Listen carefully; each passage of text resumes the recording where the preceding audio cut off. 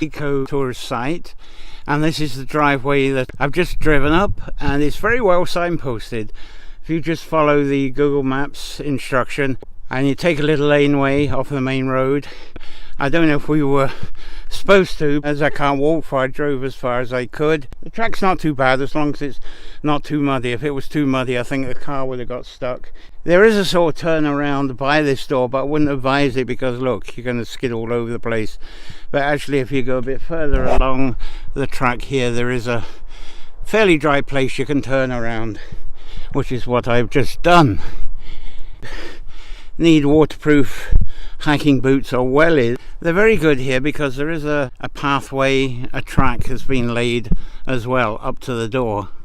And careful as you go because it's just been raining, and that pathway is rubber and it is slippery, so there's still some caution needed. But it's great, the thought of laying this. And that's the door. It's nearly towards sunset here, and I'm here just before the next shower of rain, so I'm going to call the phone number and see what the story is.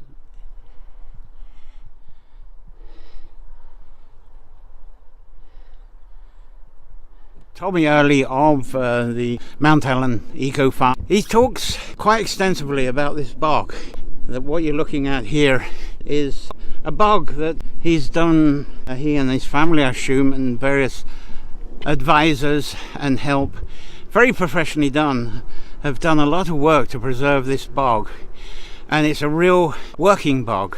And he explains why, goes into great detail of why this is so essential to the landscape. And there's not much I'm going to say because it's really an invitation for yourselves to come out, make the phone call and hear the stories for yourself. But 8,000 years ago this was actually a big loch, a lake, and because of the natural processes at the time it developed into this bog very slowly. And that's what he was pointing out, is that the bog creation is very slow. And what was news to me was only 1/2%, that's how he described it, 1/2% of the bogs in Ireland are running properly, are actually eco bogs. And that's something that he feels very important, to carry on the legacy of having a real living bog, so the wildlife and the flora and the fauna continues, they can breed properly and keep their numbers, because when a bog goes dry there's so much in the way of wildlife and plant life that disappears. So this is what they're preserving, especially with the bird life, and just keeping the natural ecosystem as it's supposed to be. So he gives a lot of explanation for that. There is some explanation of his heritage here. He doesn't perhaps explain it as much as at the other doors because the emphasis here is on the bog, and rightfully so. What we're looking here is a feature of these dead trees. Now these, I might have mentioned it in the other doors, these are a vital, I say accessory to keep these, because it's amazing if you keep these dead trees going, how much wildlife that this preserves that would not be here if it was a living tree. So this is part of the ecosystem, essential to keep these dead trees, because the birds and other wildlife here that's on the bogs will feed on these trees as well, and the bigger insects feeding on the smaller insects, and just various cycles that are so essential. And there are native trees here behind as well that have grown, so it all interacts, it all weaves with each other. There are a few willows there, and they've got lichen or lichen, whichever way you pronounce it. There's plenty of that on the trees. And the other thing that Tommy talks quite a lot of detail, and it's very entertaining. He gives stories of how the Arigna coal mine was discovered, or the coal was discovered, and how the mine was set up, why it was set up. The story is quite amusing because it's all based around some paperwork that was submitted wrongly. Again, come out and make the phone call and hear the story. It wasn't quite the haul of coal that they were expecting because of some paperwork error, but it still went ahead. But there's also a sad part of the story, because the river from Arigna, a natural river, that was rediverted mainly for the purpose of carrying the coal to somewhere convenient to haul it off from, and that actually changed the landscape, changed the bogs, and it changed the way that nature worked around here. It wasn't the best thing.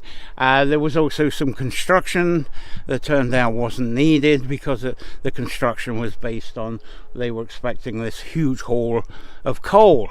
But the story is the way he tells that. It is fascinating, it is interesting, and I certainly learned quite a bit of it myself.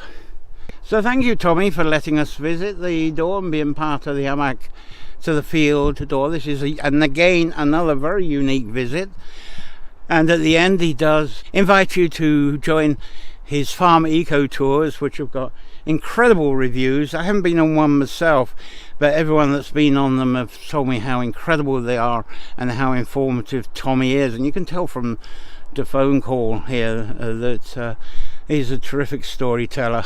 Until I get to the next door, I look forward to doing another review.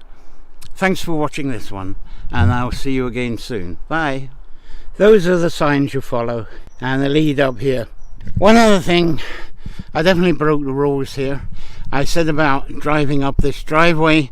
I came up here because I have to use a rollator to get to the doors. I couldn't get the rollator straight up to this door anyway, but I got quite close. But what Tommy asked is you actually park at the first sign and then walk up here, because if I'd been up here and there was other cars, or even Tommy wanted to get a tractor up here, it would have been a bit chaotic. So I was taking a chance, but in a way it's the only way I could visit this door. But just if you're visiting and you got good legs, it's great to have the walk here. I'm in the car now. I haven't got the proper microphone on, so I hope you hear this. It's misty there. One thing I forgot to say is that Tommy reads a poem at the end, and it is a historical poem.